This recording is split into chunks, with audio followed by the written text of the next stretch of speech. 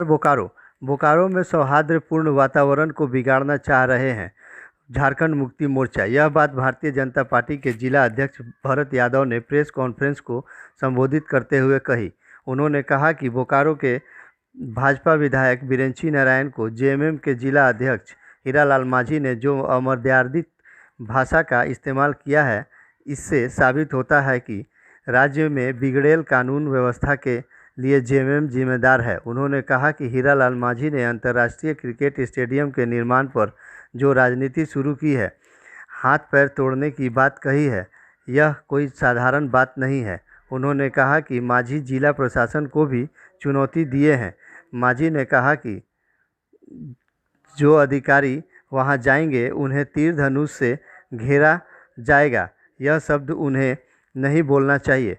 उन्हें इस तरह की शब्दों का प्रयोग पूर्व यह जान लेना जरूरी था कि हम जिस भाषा का उपयोग कर रहे हैं वह लोकतांत्रिक नहीं है।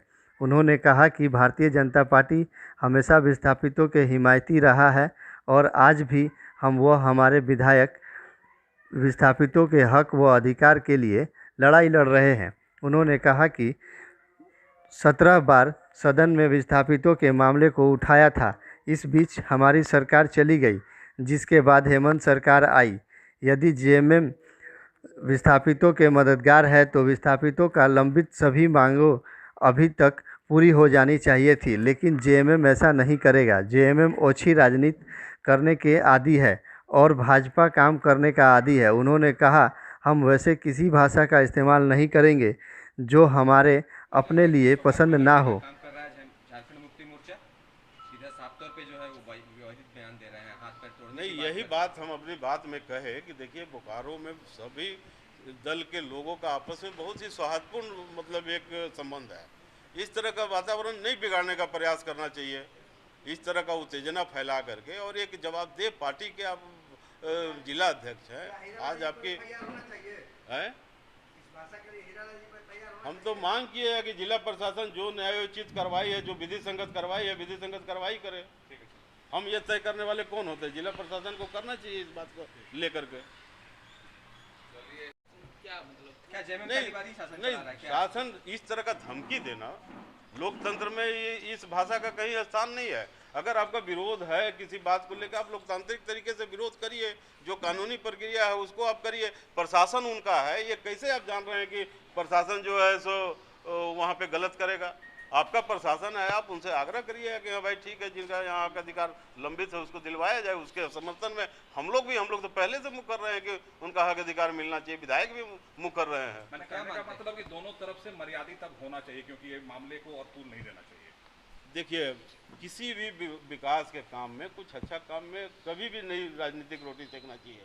यह बात हम पहले ही करें, तूल देने का कोई मतलब नहीं है, इसका कोई कारण नहीं है। मतलब उससे बोकारो एक अंतर्राष्ट्रीय मानचित्र पर आता, उससे जुड़ा हुआ कई जो है सो हो सकता था या कि अवसर सृजित होता, यहाँ के लोगों को उसका लाभ मिलता। तो अगर, लेकिन फिर भी हम लोग यह बात कह रहे हैं कि अगर उस क्षेत्र में उस जमीन को लेकर के किसी का कोई विवाद है, कोई लंबित मामला है, तो उसको जिला प्रशासन के सामने जाए और प्रशासन उनका है, उसको निदान कराना चाहिए। हम लोग भी मांग करते हैं।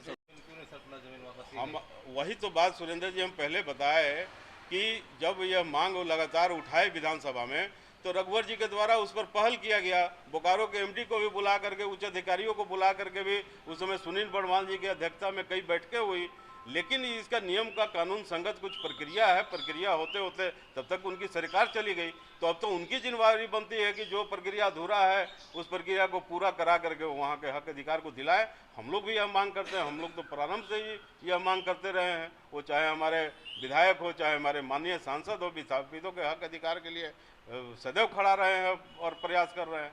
अब ने कहा कि कागज की जांच होगी, तो आखिर आपके जो विधायक जी हैं उन्होंने एक पोर्टल में आक्रोशित भरे शब्दों में कहा था कि कोई ताकत स्टेडियम को बनने से नहीं रोक सकता है। उसके बाद आक्रोश फैला है। पहले से किसी तरह का कोई जेएमएम का बात नहीं था, ना किसी दूसरे पार्टी की बात थी, तो आप मानते हैं कि उनके द्वारा भी इस तरह का बात नहीं करना चाहिए? देखिए, हम तो उसको हम भी देखे हैं और हमको लगता है कि वो तोड़ मड़ोड़ करके पेश किया गया है, पूरी बात वह नहीं है।